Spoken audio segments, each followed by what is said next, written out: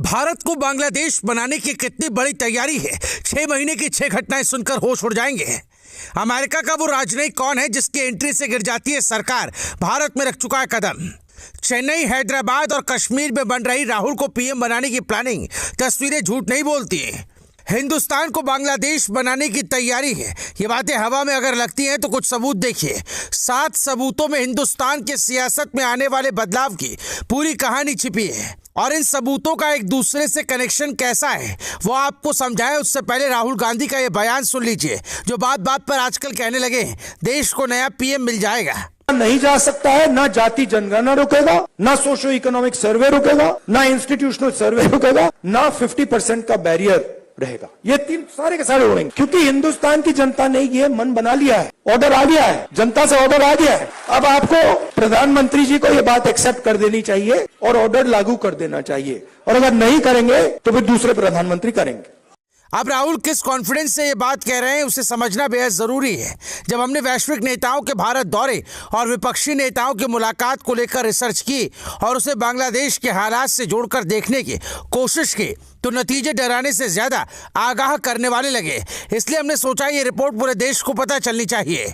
तस्वीर नंबर 1। हाल ही में अमेरिकी राजनयिकों ने जम्मू कश्मीर के पूर्व सीएम उमर अब्दुल्ला से श्रीनगर में मुलाकात की।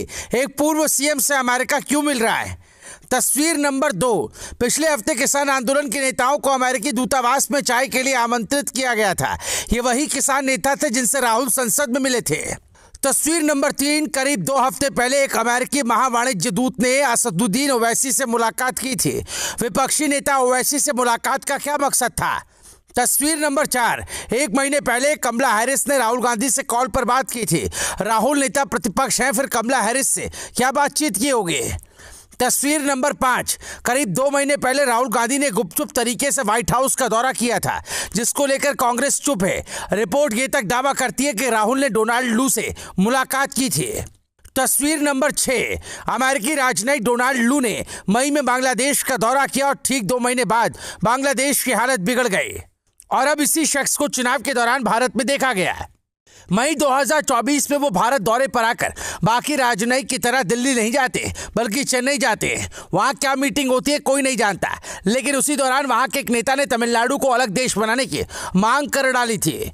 हिंदी में कहावत है, जहाँ जहाँ पांव पड़े संतन के तहाँ तहाँ बनता धार। डोनाल्ड लू पर यह कहावत सटीक बैठती है, ऐसा कई लोग कहते हैं। तो सवाल है कि क्या भारत में भी कुछ बड़ी प्लानिंग चल रही है जिसकी खबर मोदी तक पहुंच चुकी है। इसलिए वो लाल किले की प्राचीर से पहली बार कहते हैं कि देश को बाहरी और भीतरी शक्तियों से चुनौतियां हैं। साथियों, चुनौतियां हैं, अनगिनत चुनौतियां हैं। चुनौतियां भीतर भी है, चुनौतियां बाहर भी है। चौंकाने वाली बात यह है कि शेख हसीना के तख्ता पलट से कुछ महीने पहले कई अमेरिकी अधिकारियों को सरकार विरोधी प्रदर्शनों और विपक्षी नेताओं के साथ देखा गया था। अब भारत में भी कुछ ऐसा ही हो रहा है। क्या अमेरिका बांग्लादेश की तरह ही भारत में भी सत्ता परिवर्तन करने की बेताब योजना बना रहा है और उसमें भारत का विपक्ष शामिल है। अगर नहीं तो फिर हिंदुस्तान के लोकतंत्र को कोई खतरा नहीं, और अगर है तो फिर ये पूरे देश के लिए सोचने वाली बात है। हमारी रिपोर्ट का मकसद लोगों को और सरकार को आगाह करना है, क्योंकि जब बीजेपी के बड़े बड़े नेता ये कहते हैं कि भारत को बांग्लादेश बनाने की साजिश है और कई आरोपी अलग अलग जगहों से पकड़े जाते हैं, तो फिर सवाल गंभीर हो जाता है। उस दौर में जब खुद पश्चिम बंगाल के मुख्यमंत्री ममता बनर्जी देश के कई राज्यों का माहौल बिगाड़ने की बात करती है। মনে রাখবেন, বাংলায় যদি আগুন লাগান আসামও থেমে থাকবে না, নর্থ ইস্টও থেমে থাকবে না, उत्तर प्रदेशও থেমে থাকবে না।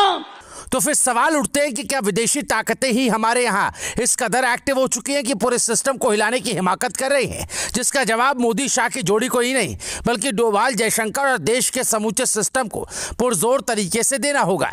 शायद यही वजह है कि आपने बीते दिनों में देखा होगा कि प्रधानमंत्री नरेंद्र मोदी देश की सियासत से ज्यादा विदेश की सियासत में दिलचस्पी ले रहे हैं। शायद उनका मकसद यह है कि जो ताकतें हमारे यहाँ एक्टिव होने की फिराक में हैं, उनकी कमजोर नसों को दबाया जाए ताकि उन्हें समझ आए कि भारत कोई बांग्लादेश या पाकिस्तान नहीं है,